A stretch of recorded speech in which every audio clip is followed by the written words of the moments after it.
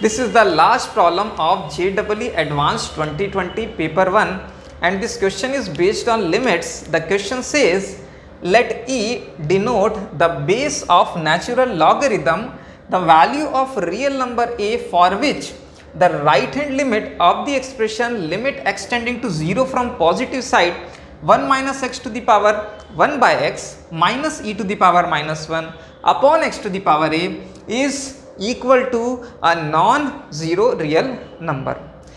Means what he is asking us in this question is we need to find that value of a for which this limit becomes a non-zero real number.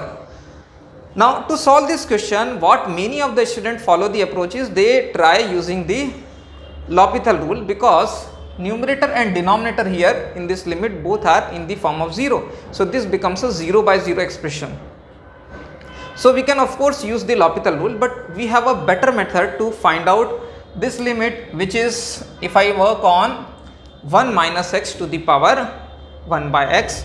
So this 1 minus x to the power 1 by x can be written as e raised to the power log of 1 minus x to the power 1 by x, because e and log can always cancel out each other, and this remaining expression is e to the power minus 1 divided by x to the power a. We need to find out the limit when x is approaching to 0 from positive side. Now this power which has 1 by x can come in the front using the property of log. So this 1 by x, if I am taking out with like this, so here in the numerator log of 1 minus x can be done with the expansion of log of 1 minus x, which says that minus of x minus x square by 2 minus x cube by 3 and so on like this, and this divided by x over here, and this whole thing is in the power of e. So this whole thing is on the power of e minus e to the power minus 1 divided by x to the power a.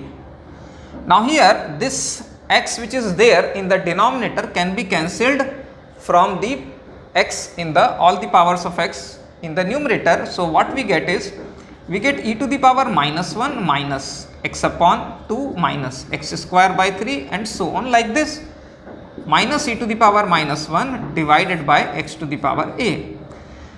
Now what we can do is this e to the power minus 1 I can take common in both the terms of the numerator. So what I get is if I take e to the power minus 1 common in the bracket, the first term becomes other than minus 1, I can write all other terms, which is e to the power minus of x by 2 minus x square by 3 and so on like this, minus this e to the power minus 1 when comes common becomes 1 only, and divided by x to the power a. This limit we can evaluate now. What I will do is I can multiply this whole thing in the numerator and denominator.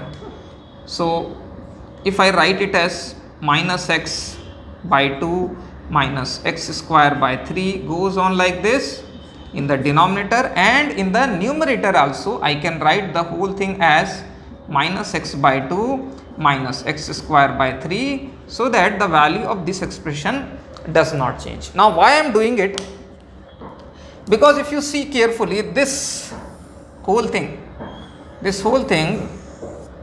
is like e raised to the power something minus 1 divided by some expression where this whole box is approaching to 0. It comes of this form, this bracket is approaching to 0, so whatever is there in this bracket can be written of this form, e to the power something minus 1 divided by something, when that something is approaching to 0 can be written as 1.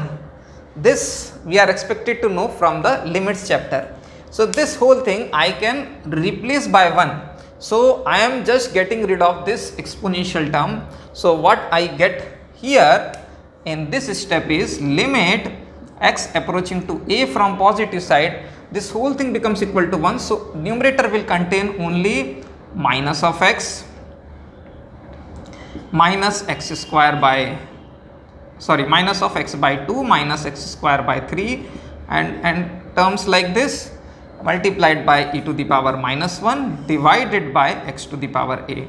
This x to the power a I can take in the numerator and it becomes as minus of x raised to the power 1 minus a minus x to the power, this is upon 2 and this is x to the power 2 minus a divided by 3 and this goes on series like this multiplied by e to the power minus 1.